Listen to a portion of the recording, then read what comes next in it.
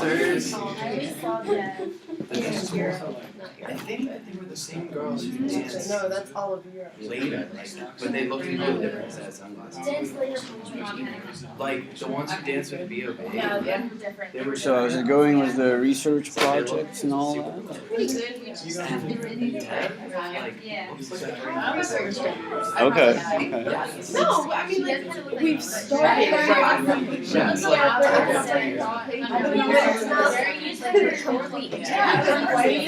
Alright, well that's I was confused. sounds encouraging. I looked her up online afterwards. She's 23. She She looked like 30 something. She was like, No, my friends were like, why is she wearing that? I was like, she looked like, yeah. and I never would have known that. You don't know what people mean. The rest of them were I like, loved it. and that was like, I'm I'm this way. It was very really surprising. All the music was like, basically. I like it. Yeah, having sex. And then she was so like, so really cool and very mom hands. Like, yeah, it was like very shiny, but they weren't so weird. I don't know, I didn't know. And then she like created a song or something. She couldn't guess what? Yeah. Tomorrow is my last day. Do you Yeah, I got mine in February.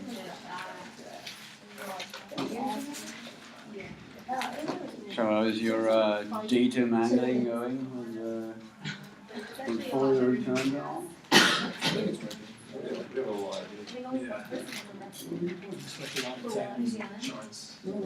Yeah. Wow. Alright, that's good. Yeah, and like sometimes before class. Oh yeah, I saw this. And really, if I'm doing Tuesdays, what am I gonna do? So presentations the week after? Yeah, I mean, sometimes the following couple of weeks, I'll like, give you It's amazing, like, we're running out of semester. No, but I mean, it's like all just like information. Okay, let's hope something came up. Ah, there it is. Did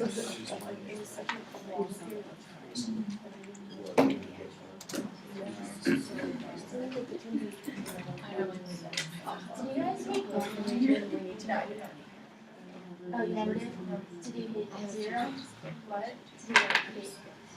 Like, cause you have to pay that. Cause like I actually know, so we get, how it works is the person we get a budget. And like, Just the each month, Monday night, $1,000. And like, yeah, the charts are Used to like $90,000. and they just write paragraphs off. It's kind of like but we only pay Not too much worries. I had like finalized also decide how long you want them to live there. Yeah, no, I think I'm gonna look at different things because they were gonna rent, they'd only be there for like 10 years. Do what feels right. yeah, exactly. But you would think sort of like let's go yeah. Oh yeah, no, I was like what? Alright, this thing is finally alive. So, let's start. So, who wants to propose a solution for our previous logic puzzle?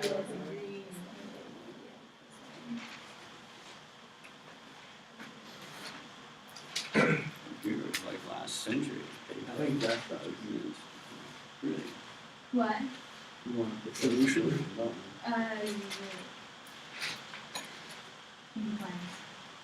I'm going to go with the lead. Why?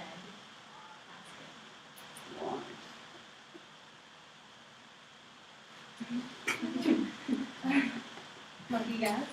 I see. Or maybe not so lucky. It's like this. So I don't know, is it? How do you because find I it? have if this or like if the well I have it if it's the solar statement is true and the other two are false, then it would be in the gold. Yeah, that's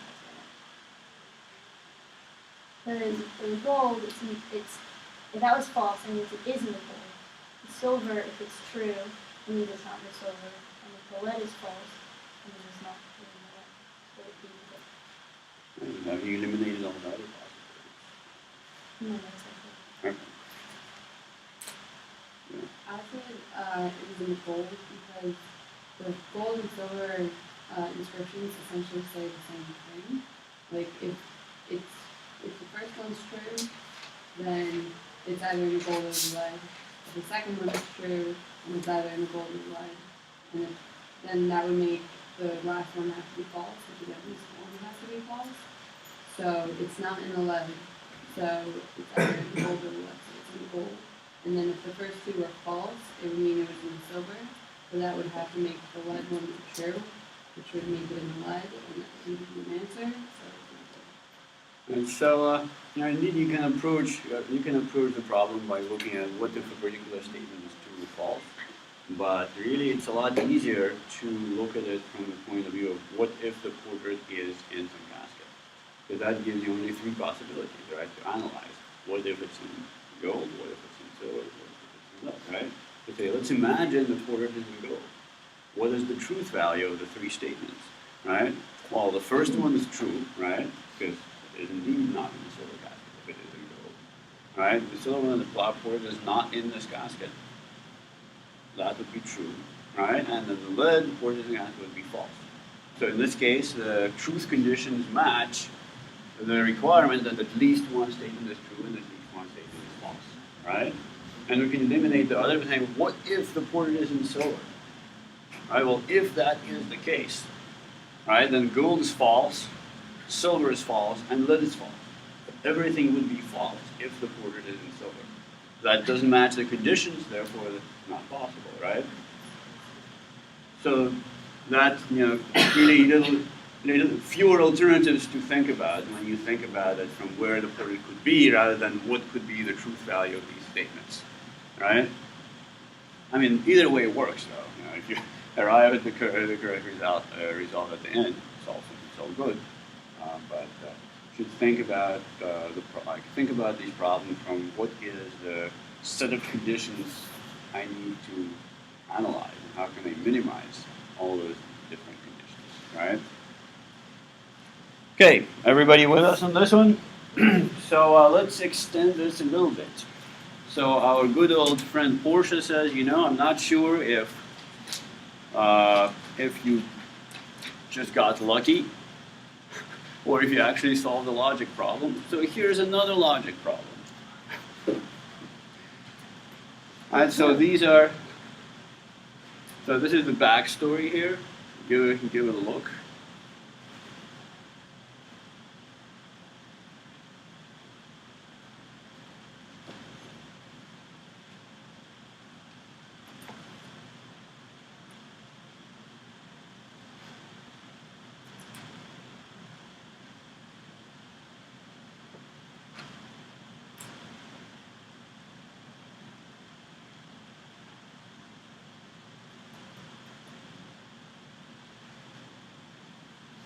Alright, so our goal here is just to avoid the dagger. So that means if we guess randomly, we have 2 out of 3 chances of making it. Alright, but hopefully we don't have to guess randomly. Okay, you guys ready to move on to the actual statements? Okay.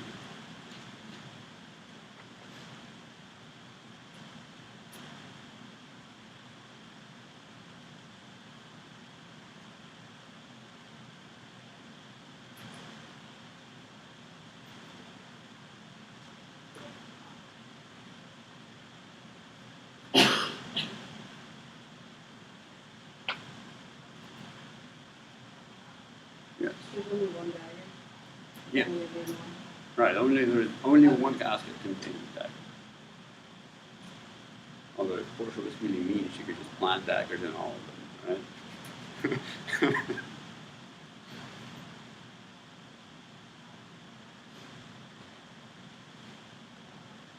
She's a pretty well-to-do person in the play, so she could afford 3 daggers.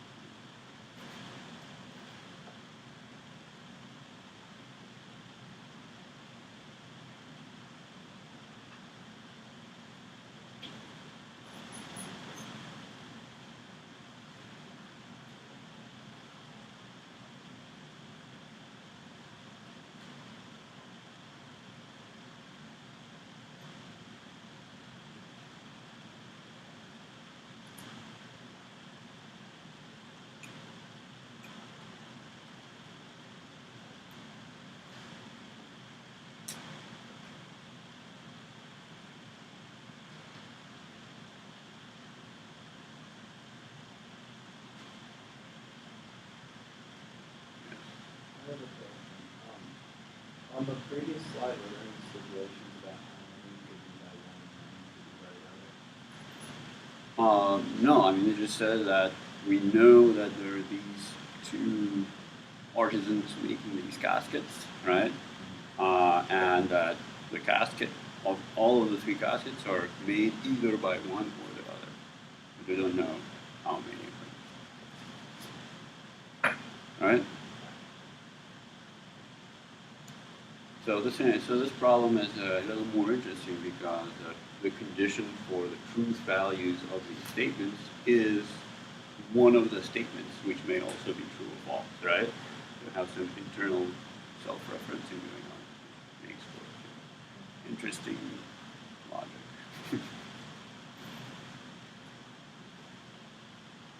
I forget some information. Does one of the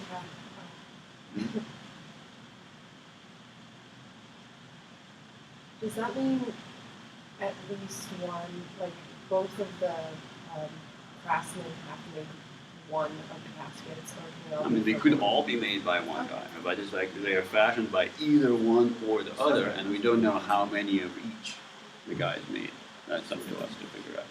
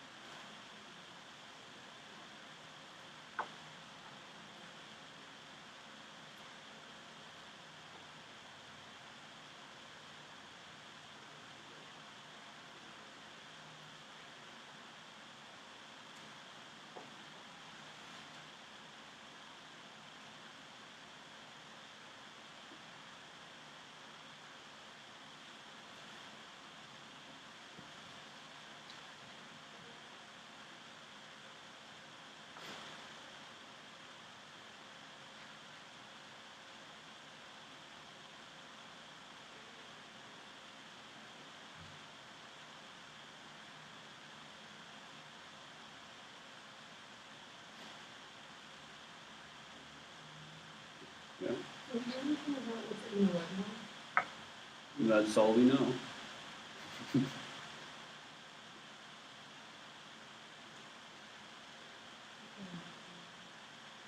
Yeah. Are you sure there's only one answer? Because I'm coming up with more than one, and they both seem to work.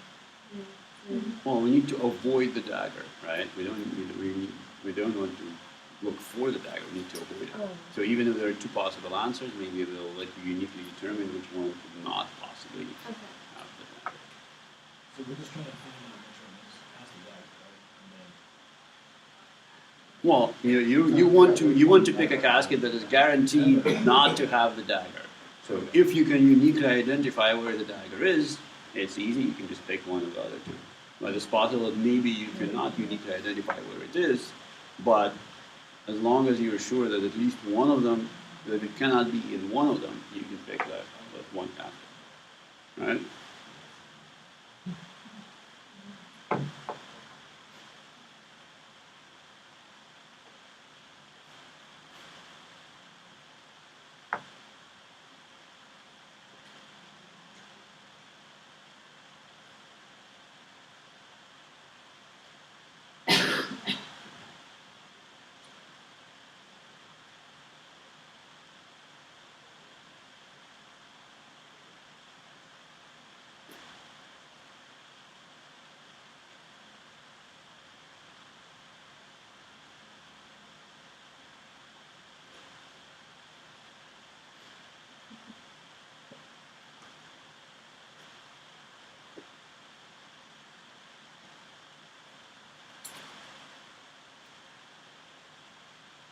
Right.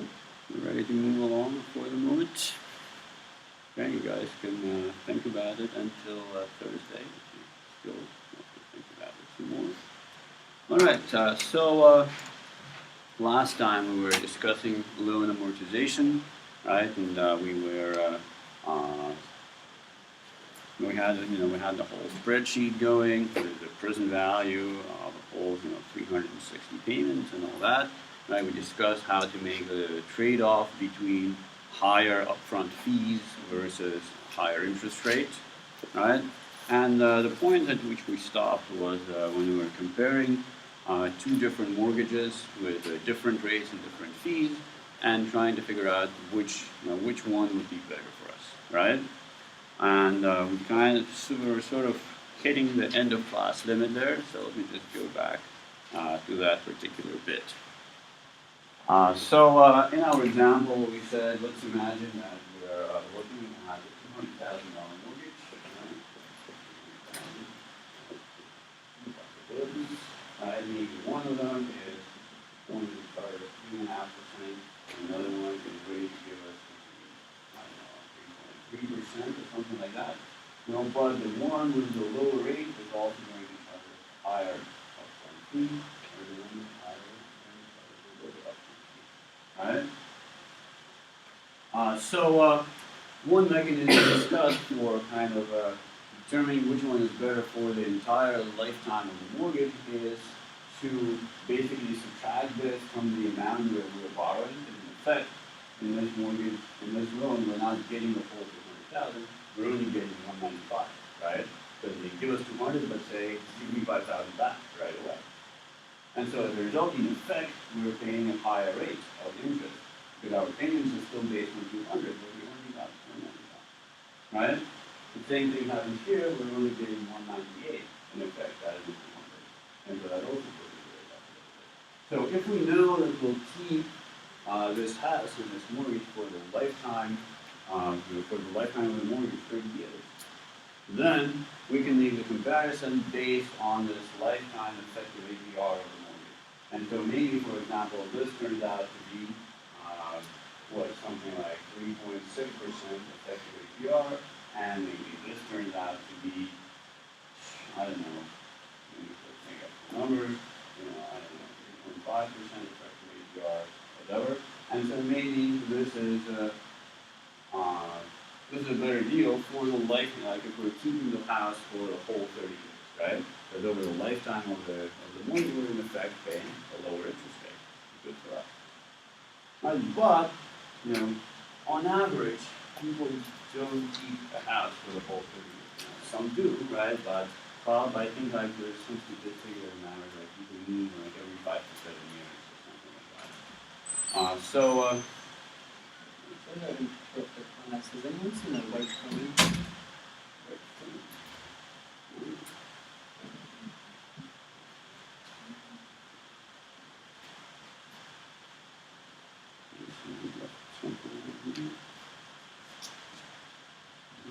I don't know. You guys know there's like a lost and found somewhere in this building? Maybe somebody like saw it and brought it in. The office. What office? No, is there a button? Right, yeah. We're allowed to move to the right of that. All right, thank you guys. Yep, good luck with that. Thank you. I wonder what brand it could be. Okay, so I mean, if we're assuming that we're going to be like moving out in 5 years, right? That means that we'll be selling the house for whatever it's worth, getting our proceeds, paying taxes and fees, if any, right? Moving along somewhere else. Right? So really, what we need to compare is not how much, not the lifetime effect of this differential, but really only the effect for the first 5 or 7, however many years you anticipate to be there, right? And so in that case, it's sort of a rough ballpark estimate. You could say, well, how long will it take us, to pay off the $3,000 extra upfront fees that we have to pay on this one, right? How long will it take us to get it back by paying the lower interest rate, right? Yeah. What's the 3.6 and the 3.5? So this would be the effective APR, right? Because the fee lowers the amount of money we get, so as a result, the effective interest rate is given our payments higher, right? So basically, the higher the fee, the higher would be the effective interest rate that we pay relative to the state. And then you just made that up. Oh, I just, For these this, numbers I yeah, just for made it up. example. If you like, to could calculate actually these, calculate. we'd actually use a spreadsheet that we did last time, and we know the payment amount, right, and we just change the present value equal to 195, and figure out what is the rate. Right? And so in this case, sort of a rough ballpark amount, maybe you could say, okay, again, not using exact real numbers here, but maybe in this case, I remember our payment was $898 or something dollars, right? Maybe if our state rate is 3.3, maybe our payment is going to be something like $850 or so. Right? So that means if we take out this mortgage, we're saving an extra $50 every month in payment amount, right? So, just about approximately, right? 898 minus 850 is 48, all 50, right? So that means, we take out this mortgage, we pay a larger fee, but every month we pay a smaller payment. So we can say, how many months does it take us to make back the extra $3,000 in fees that we pay? Again, this is not a proper calculation because, of course, we're not getting the $50 all back right now. We're getting them over time, so we have to take into account the interest rate and whatever.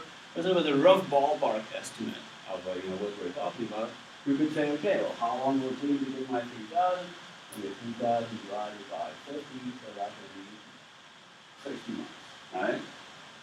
So presumably, we're just, if we're planning to, sell the house back in 5 years, seems that, we're just about breaking even on these two, these two mortgages with the different rates, right?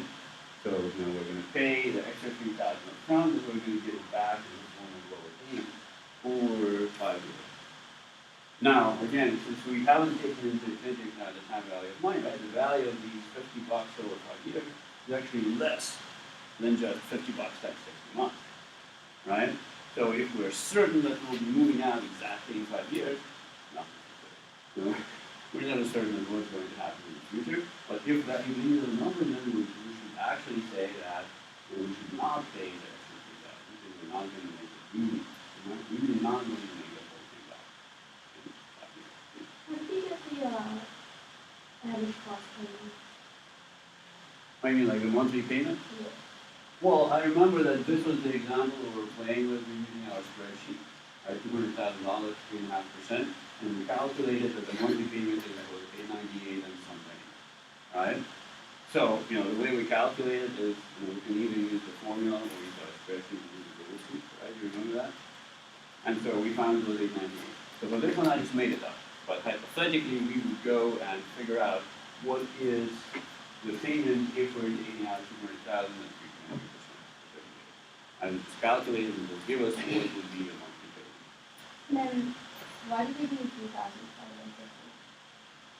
Okay, so we said there are two mortgages that we're thinking, right? There's this one guy who started with 2,000 feet and gives us a 3.5% interest rate, right?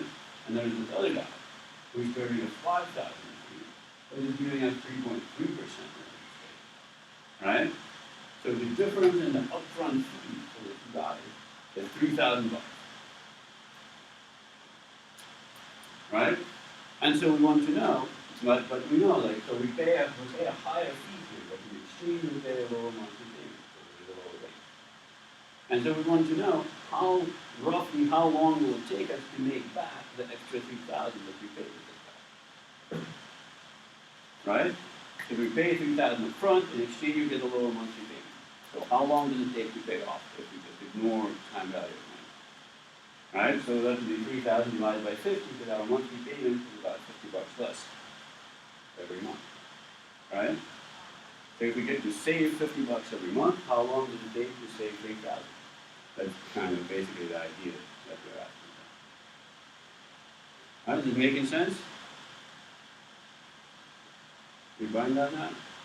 Okay. Anybody else? Are you with me? Is it sensible?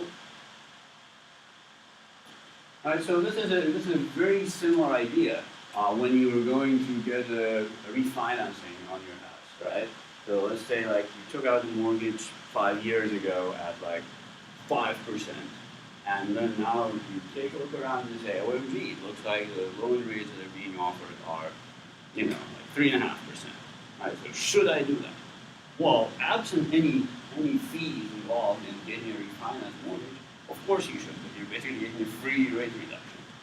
But the problem is that there are fees when you take out a new mortgage to refinance the house. Right? Because how does refinancing work? Basically, you know, here you are, like you have a house, right?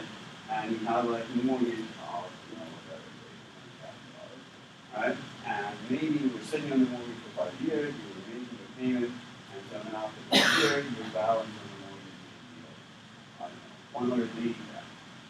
And so you say, you know what? I'm not liking the fact that I'm paying, say, 6% on my mortgage. Because I see out in the marketplace, their rates went down significantly. Right? So what you do is you say, okay, what I'm going to do is go out to the market and get a new loan using the prevailing interest rate of 3.5%, whatever, right? And use that loan to pay off the old loan. And then now I'll have just a new loan which is at a lower interest. Right? So in this case, we would say I'm going out to the market, I'm getting a new 180,000 loan.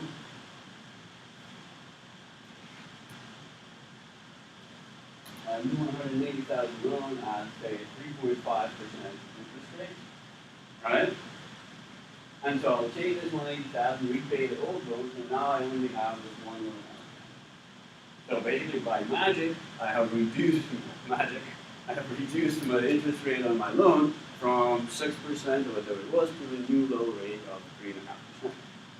So if there were no such thing as loan origination fees and all that other stuff, that would be a no-brainer. We should definitely do that, right? But the problem is that when you take out a new loan, all these fees, they're going to try to charge you all these fees again, right? They'll want to appraise your house. They'll want to do like a title insurance search. You know, they'll take the loan origination fees. They'll take the, you know, local government recording fees, like whatever. they'll take as many fees as they possibly can. So again, doing a refinance, you have the same shopping problem as you have for a new loan. You got to shop around and see where you can get the best deal with the fees, etc. Right, so, but the point is, right, so you can take this interest rate reduction, but getting here will cost you some amount of money in fees. All right, so if you're careful shopping around, maybe it'll be $2,000, $3,000. If you're not very careful, maybe it'll be, you know, $5,000 or even $10,000.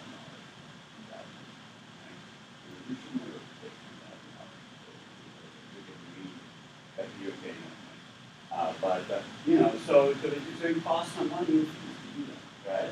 And so then you'll be asking yourself, how long am I going to stay in this house? Right? Because if you're going to move in the next year, you're probably not going to make back the extra $3,000 you paid. Right? In that case, even though the interest rates are low, you say it's awesome, I should be financed. If you're going to move in the next year, you're just going to throw money away, right? Because when you sell the house, you can't take your mortgage with you to the new house, really. Right? Because the mortgage is secured by your particular property. So when you sell the house, the other guy will give you a bunch of money, you'll repay this loan and move on to the new house and then take a new loan. You don't have it like that, right? So you'll never get to benefit from the lower interest rate for very long, right? If you move in the next year. Right? So it's exactly the same, the same calculation, same thought process. Is it worth it to pay the extra fee to get a lower interest rate? Right? So if any of you ever end up owning a house, chances are there will at some point come this problem of deciding between different loans, right? Whether it would be when you're refinancing or you're taking out a mortgage. And so these considerations are basically important because this is a big deal. Buying a house is one of the biggest financial decisions a person would make in their lifetime, right? On average, unless you happen to be like a hedge fund guy and you're pulling in like $200 million a year. In that case, maybe like you don't care. You're making bigger deals every day. But like on average, buying a house is a very important thing. And difference in several $1,000s in fees and several tenths of a percent in interest rate can make a big impact for a long time. So it's important to try to do the best you can at this and to optimize the features of your loan and minimize the lifetime loss, right? So, any other questions about this loan and mortgages and things, loan regulation? Okay. All right. So another thing that is important to consider, and this has less to do with the interest rates and whatever, but really with other softer factors having to deal with the decision of whether you want to buy a house or like rent an apartment or a condo or whatever, right? And the thing is, it seems that a lot of times people underestimate how much, what is the cost of ownership of a house, right? Really, you're talking, like when you live in a rented property, something breaks, you're like, hey there, landlord, I should go, I'm really fixed, right? Now, when you own the house, there's nobody to call. It's all you, right? Now, of course, if you're not a plumber, you would just call a plumber, but you would pay money for the plumber, right? So I mean, there are so many different systems in a house that can possibly break. You think the lifetime of a roof is maybe 25 to 30 years.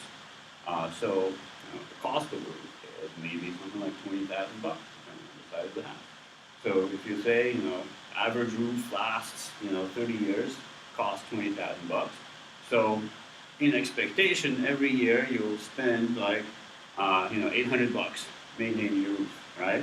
Now, of course, it sort of comes in, it's lumpy, right? Roof repairs are kind of lumpy. It's not like you pay it every time.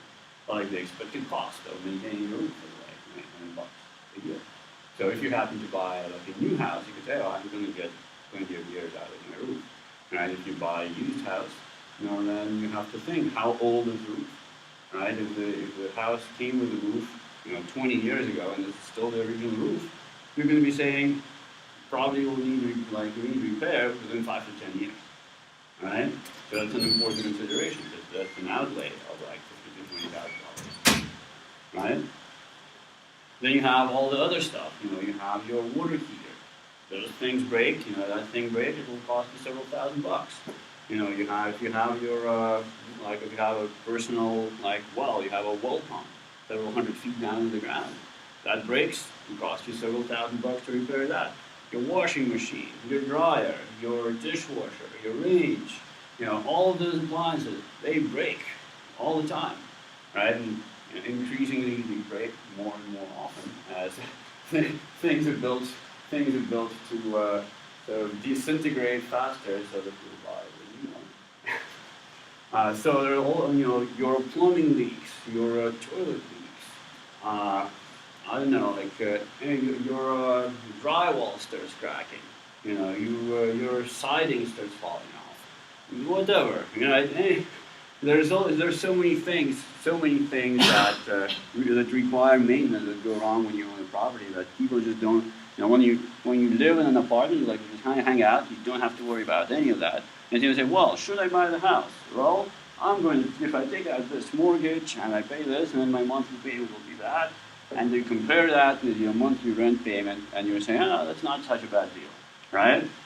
But you're not counting all of these other expenses. Each one of them individually might not be so much or so expected, but on average, you expect things to go wrong all the time, right? Today it's this, tomorrow it's that, tomorrow the day after that it's something else. There's always something going to, there's always something breaking, right? So you need to build those estimations of those costs into your decision to buy versus rent a property, right? Now another thing is property taxes.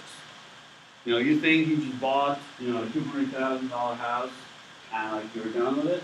No, right? Depending on the state and your jurisdiction, you're likely going to pay $5,000 to $10,000 a year on just the property taxes, Crazy, right? It's it's like if you're renting, you're paying $10,000 a year total. Here, you're going to pay, your property tax of $2,000 plus the mortgage interest plus all the expenses, etc. Right?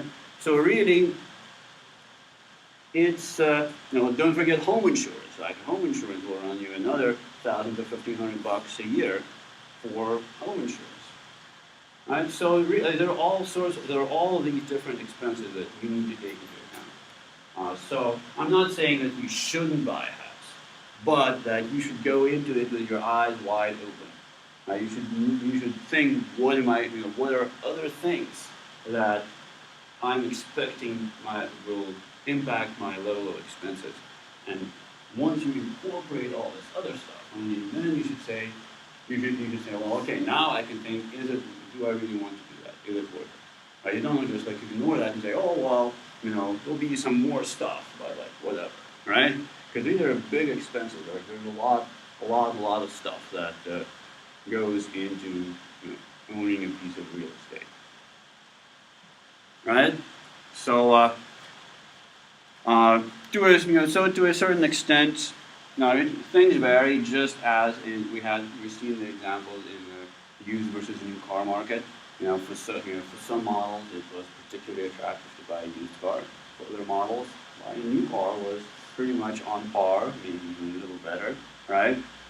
If we take into account like some maintenance costs lower than buying a used car, right? So similarly, in different areas of the country, in different markets, some places it makes a lot more sense to just rent and forget about it. And other places, real estate is priced attractively enough that it makes sense, and the taxes are low enough, that it makes sense to buy a piece of property, right? So it is, again, depends on where you are, right? Depends on the area, depends on the particular property that you're looking at. It depends on all these factors. So it's important to make an analysis and decide what you want to do. Right? You don't want to end up owning a big money pit in the center of high tax town, right? And losing money left and right.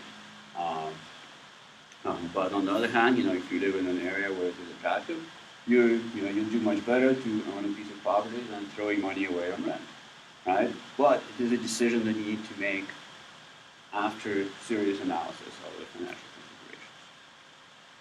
considerations, right? Any questions? Are we buying that? I mean, renting. Okay. So, next thing I want to talk about is insurance. Insurance is a very interesting topic. There's a lot of considerations that go into it. There's a lot of things you can insure, a lot of risks you can transfer. So, first of all, there's a bunch of different types of insurance. We'll talk at least a little bit about all of them. You don't have to write it down, because I'll post the slide on Blackboard. So, let me talk about the probability distribution of losses. All right? So this here is a log normal distribution. This here is an exponential distribution. They look very similar. This is approximately what the probability distribution of losses, of uncertain losses is. Now, if you think of the horizontal axis being the magnitude of the loss, and obviously the vertical axis being the probability of the loss, the smaller losses are a lot more frequent, right? So they have a higher probability of occurring, right? So you can think about it, how many people lose or step on their phone versus how many people's house burns down, right? A loss of a phone happens a lot more frequent, right? How many people get into a fender bender on the highway versus how many people totally wreck their car? Again, the smaller loss, a lot more frequent, right? So, just to go along, move over to the whiteboard here.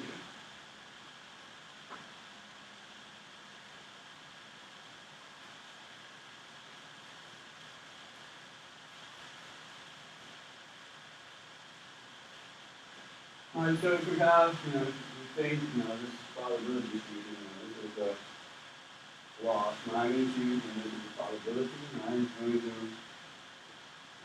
look something like this. And so you can think, okay, so, probability of me losing, say, $100 or less is going to be, the area under the curve from 0 to 100, right? Probability of you moving from 100 to 1,000 bucks is going to be, the area under the curve from 100 to 1,000, right? Probability of losing, from 1,000 to 10,000, long scale, right? Is going to be the area under the curve from over here, right? And so on and so forth, right? So everybody with me, like, you understand what's going on here? There's a distribution, what we're actually talking about. Okay. Alright, so check it out. All that statistics we talked about in the beginning of class. And then Alright, except this is not like a symmetrical binomial distribution, it's just an asymmetrical distribution. Alright, but the same idea applies. So let's imagine you were saying, like, I want to get some car insurance, right? So I'm going to go and get some quotes from an insurance company. So how is the insurance company going to set the premium that they will charge you for insuring your vehicle? And for the moment, let's just assume that the insurance only applies to so you can have. So what are they going to do? They're going to find the expected value of the possible loss that you could incur, right? So how do we find the expected value? We basically, find. This is a continuous distribution, so really this will be the integral of the probability distribution times the loss. In a discrete case, this is what we're going to do as far as the example goes. So we're going to say, okay, let's imagine the probability of getting 0 to 100 approximately this much. Let's say the probability of that loss happens is like 5%, right? Maybe so. All right? And so what is the cost of insuring this risk? Well, in expectation, is going to be, say, $100 times 5%, so that would be $5, right? So the expected value of that loss is about $5, given the number that we just made up, right? And they're going to say, okay, well, what is the cost of insuring this risk? Well, that would be about, again, making up some numbers, so maybe call it 3%, all right? 5. I'm going to choose 5%, 3%, right? And the majority is probably not that much. I don't know.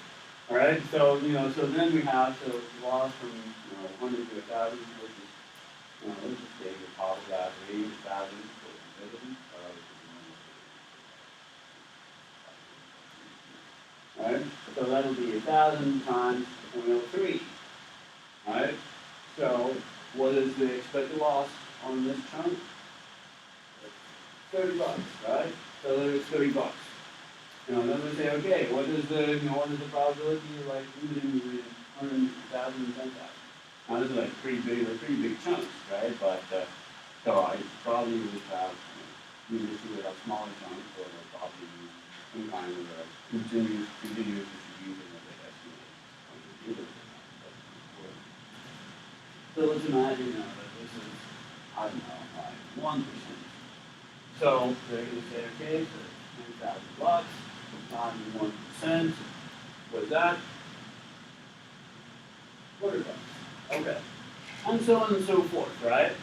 So basically, they're going to calculate this probability distribution up to the coverage limits of your insurance policy, right? So if you get into like a small fender bender that costs like, $200 to repair, that's, pretty relatively likely. People do that all the time, right? And so that goes over here, and that's usually here.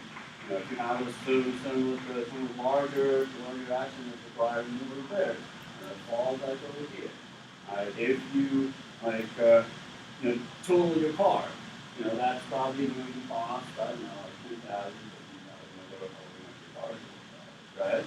If you like hit somebody and like they get whiplash and have to go to the hospital or like whatever, and you happen to be at fault, you know, that could run into like 50,000 or 100,000 or whatever, because there is, you know, your liability for the medical bill of the other guy, right? So that, so that's way over here, you know, but hypothetically, even less likely than the smaller one, and so on and so forth. And so now I'm the insurance company, and I'm going to say, well, how much am I going to charge this nice gentleman over here for insuring his vehicle, all right? And, you know, medical liability and all that stuff that goes with car insurance, all right? Well, I'm going to look at all these probabilities. Of course, you know, this probability distribution is going to shift depending on what I think his risk factors are, right? So in general, insurance companies know that the largest fraction of accidents happens with people who are like teenagers, less than 20 years old. People who are 20 to 25, still really shitty drivers on average, but better than the teenagers, right? And like you're over 25, you're like, okay, right? And then once you get out to like over 60, you can become a shitty driver again, right?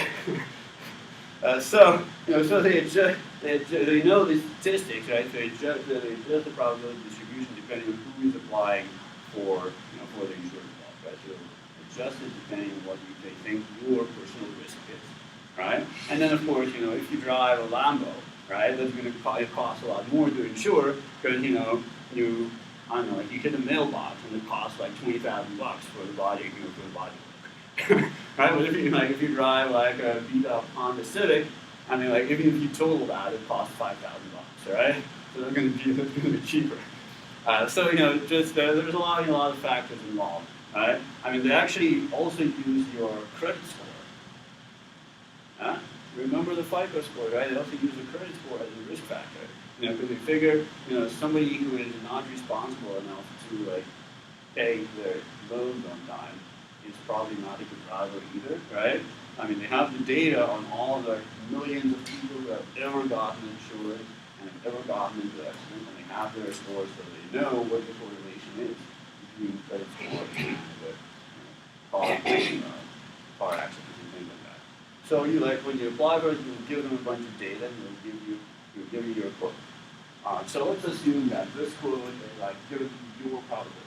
We'll say, okay, so our probability for all that is, let's put in $100,000 for liability, and maybe that has 0.0001 probability.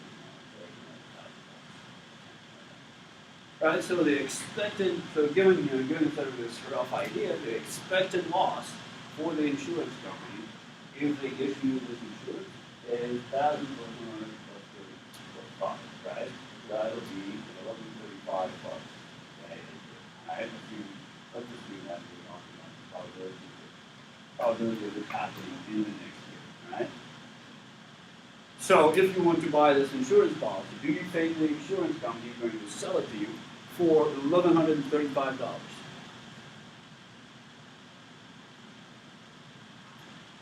What do you guys say? No.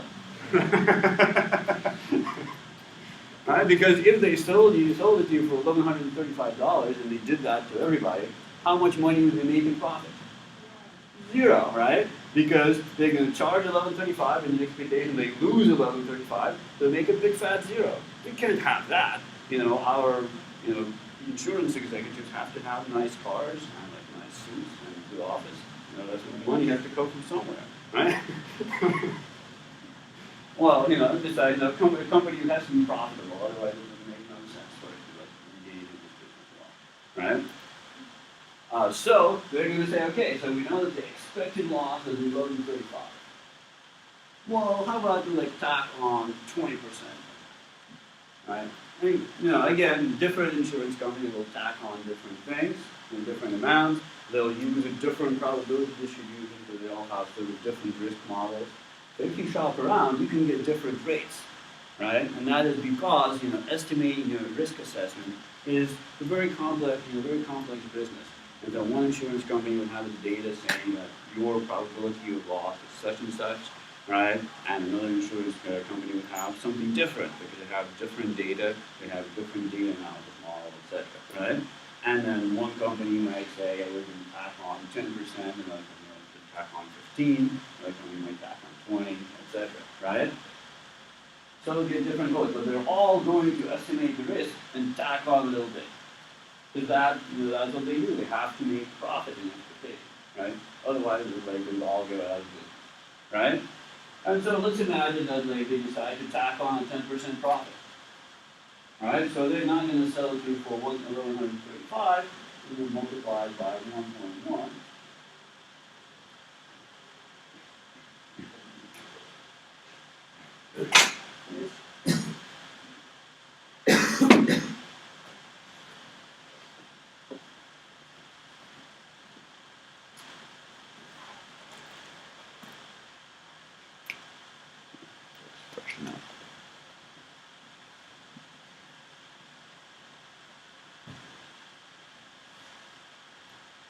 So we're going to tack on,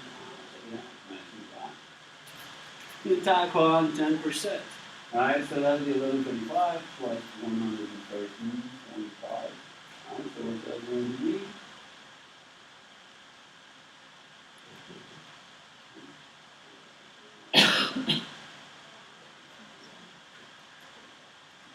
Right?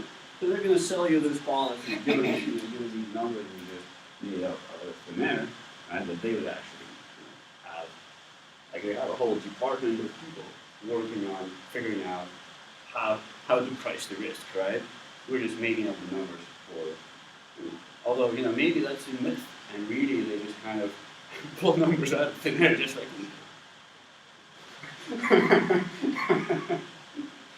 right?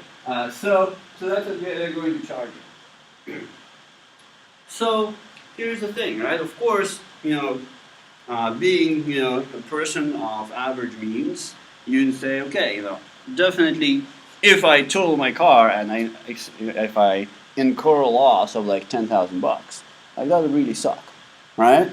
So definitely, I want to insure this type of loss so that if it happens, I'm not actually out $10,000 all at once. Because like that would be bad, right? I'm even willing to pay a 10% premium over the expected loss in order not to have to take that $10,000 hit, right? And certainly, if I hit somebody's car and then he goes around and pretends he got injured, and the insurance company has to pay $100,000, or even if he doesn't pretend, he would still have to pay $100,000, right? Definitely don't want to take that hit, right? $100,000, like that's going to ruin you financially for quite a while if you actually have to be on the hook for $100,000, right? So definitely, I'm willing to pay a 10% premium to insure against that. But the little losses of stuff that less than $100. If it happens, these things are going to happen with certain regularity, right? And if they happen, I'm probably going to be fine paying an occasional $100 for some small repair, right? So, do I really want to pay a 10% premium on that? Probably not, right? But if I don't pay a 10% premium, then I'm going to basically be saving that money. Because in expectation, either I pay the fair value of insurance cost a little bit, or I pay the fair value of those repairs, right? And because they're small and happen with regularity, I can afford to take that hit, and I'm not really saving anything by taking the insurance. I still have to pay the money, right, for the premium. So this is the idea of why you want to take a deductible on your insurance policy. A deductible means that any losses that occur which have a magnitude of less than that deductible limit, you get to swallow on your own. Right? So let's say you have a car insurance with a deductible of $1,000. If you have a minor accident and it requires $500 worth of repairs, the insurance company is not even going to give you anything, right? $500 is less than the deductible, and you have to pay it out of pocket, right? So, of course, that means that if you do, when you take a higher deductible, the insurance company knows that it's part of the policy. So that means, let's say they take a $1,000 deductible, now they don't have to worry about this part of the risk, right? They only have to worry about this part of the risk, right? So now your insurance policy is not going to cost $1,248, right? The insurance company will say, okay, so I'm insuring $1,100 worth of risk in expectation, then add my 10% on top of that, right? So that would be, what, 10? Right, so I have to save $38 on my insurance policy, right?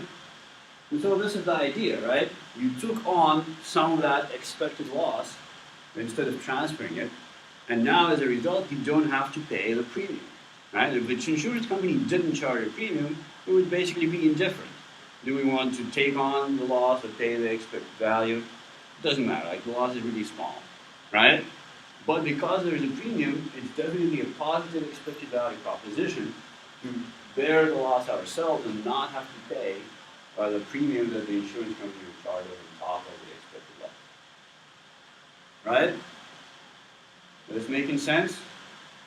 And so this is a very important idea of insurance, so it's important that you all understand what we're talking about here. Right? Because whenever you take out, you all are going to be taking out various insurance policies. Be it health insurance, auto insurance, home insurance, like any of those, and they all have this feature of you having the capability to set a different amount of deductible. Right? And setting a higher deductible will have a significant savings on your insurance premium. Now, without particular numbers, the savings is not particularly significant, right? But generally, for most losses, cutting off this high probability tail, right, of the distribution has a significant impact on the total amount of expected loss, right, that you are transferring to the insurance company. Right? And as a result, you'll be saving a good amount of premium, right? Now, of course, at the end of the day, this is it's sort of your own choice of how much deductible you want to take. And in part, there is a little bit of a selection bias maybe going on there. If I know that I'm a really careful driver, for example, and I have a pretty good idea that I'm not going to be ramming tolls left and right and incurring those small repairs, I'm not going to want to insure the minor risk and pay the extra premium, right? But if I know that I don't really look around when I drive or something, and I constantly back into fire hydrants and crap, maybe I would want to take a much smaller deductible, right? Because I know even though I pay, the premium is based on the expected value, but I know that my personal probability of loss is higher than the insurance company expects, right? So even if they do tack on a 10% premium, after all is said and done, I'm still getting an awesome deal on insuring those small losses, right? Because my personal probability of incurring them is higher than they think, right? So in that case, somebody who is who knows he has a higher probability of loss than anybody might think, would actually want to take a very low deductible, right? So it all depends on your personal risk characteristics or whatever it is that we're insuring, right? So same thing, if you own a house, and you know that you're basically you're a pretty handy person, if you repair whatever minor thing, fix the sink, I don't know, fix the dryer, fix the leaky toilet, whatever it is, right? Then, maybe you can take a higher deductible because for any sort of really minor stuff, you are not going to go and call a $100 an hour plumber for it. You're just going to fix it yourself, right? And so you say, okay, I'm not going to bother it. But if you know that whenever a screw needs to be tightened, you have to call in the screw guy.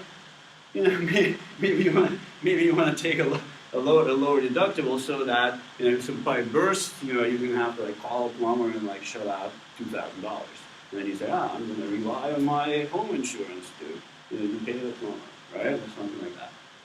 Some would depend on your sort of personal risk characteristics, but as a general idea, if you can bear the loss and you don't think you have an unusually high probability of incurring it, you probably should, right? Because in the long run, it's going to be better for you to avoid paying the premium, which is basically a certain loss. Like you're certainly going to lose that 10% premium.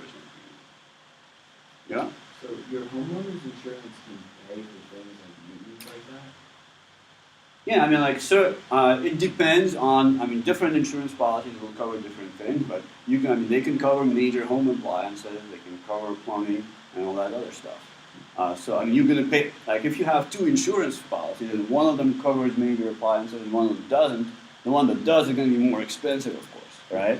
So there's also it's again a choice of whether you want to have that in your home insurance policy, right? But let's say like if you have like an oil burner heating your water, that thing costs like $8,000. All right, so if that thing breaks, you might want to rely on your home insurance policy to cover that loss, right?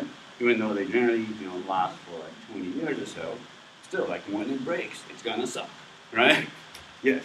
What about like the roof? Is that insurance?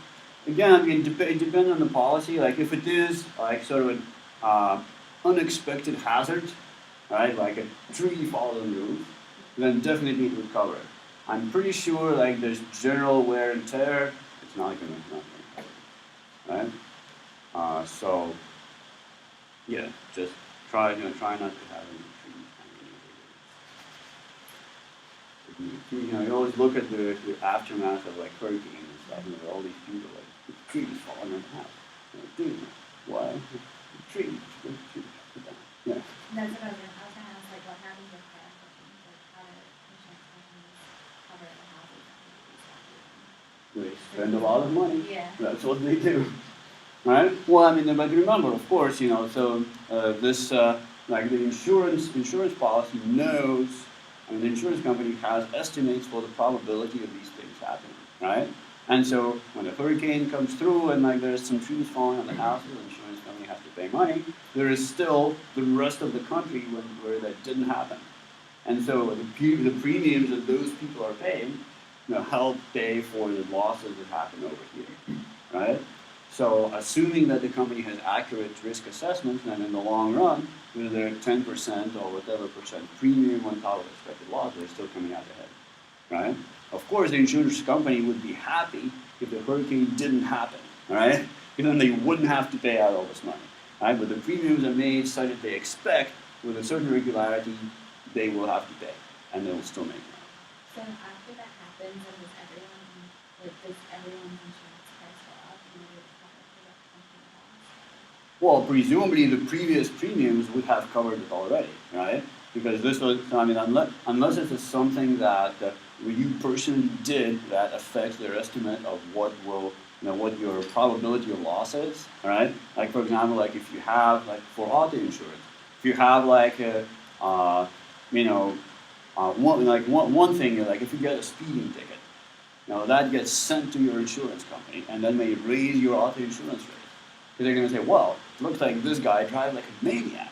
The probability of him like ramming some telephone pole and like really higher than we thought. So we're going to jack up those insurance rates. Right? But if like a hurricane comes through, it's not like something you did, right? They know that once in a while they're going to happen. So in general, they're not going to just like raise your rates for that, because that's already has been calculated. Yeah.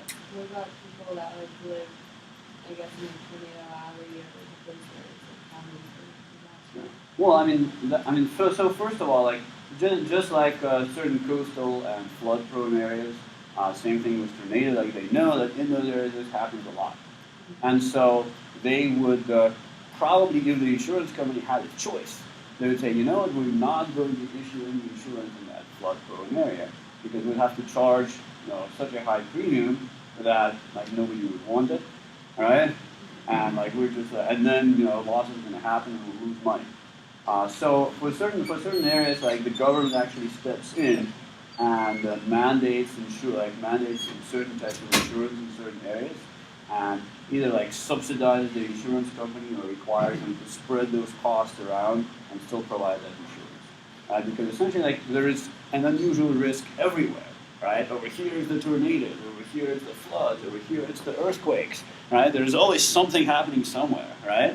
So if you just say, oh, I'm just going to insure like this sliver of land over here where nothing happens, right? And this one over here where nothing happens, right? It's not going to really work very well.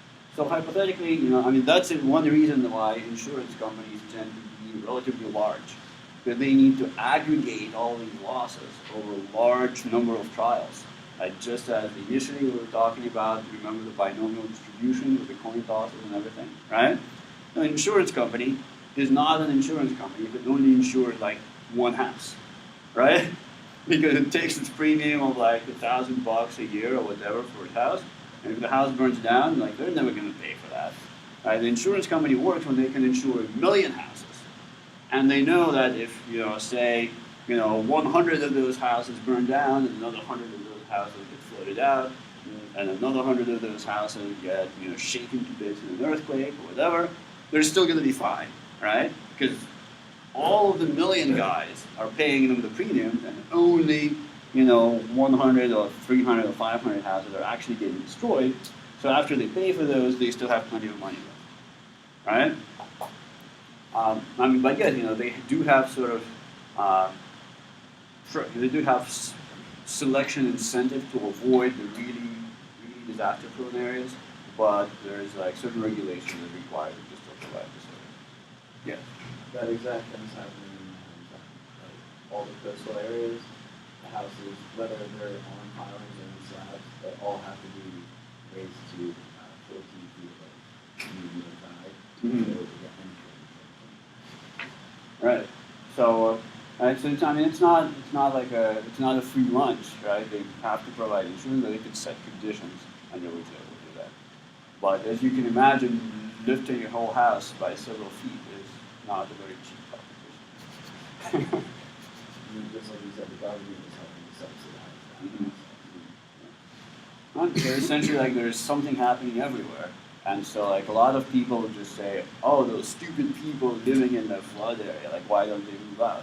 Right? Oh, those stupid people living in the tornado area, why don't they move out? Right? But like there's something everywhere. So like if everybody moved out of all the areas where stuff can happen, like we'd all be living in like Colorado or something. I don't know. Does anything happen in Colorado? Yeah, maybe. I don't know. Not that it's a bad state. Nothing again. It's square, right? Or rectangular at any rate. Okay. Any other questions? Is this making sense? Okay. We have 3 minutes. All right. So these are like the basic ideas of insurance, right? So given that we have discussed probability and expected value, I hope this is making a lot of sense.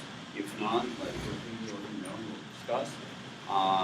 Next time on Thursday, I will discuss some specific types of insurance and certain specific issues that deal with those, and we'll go from there. I hope you all are making good progress on your research projects, and I'll see you in a couple of days.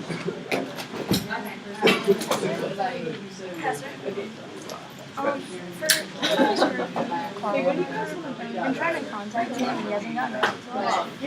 So if he doesn't like get back to us by Thursday, then we're just gonna tell him he's not done. But like, I just want to let you know that might happen. Because like he doesn't even know at this point, but like we've been trying to contact him. He hasn't been in class with us. But I just want to let you know that. Okay, sure. I mean, that makes sense. Yeah, because If he hasn't been doing stuff, then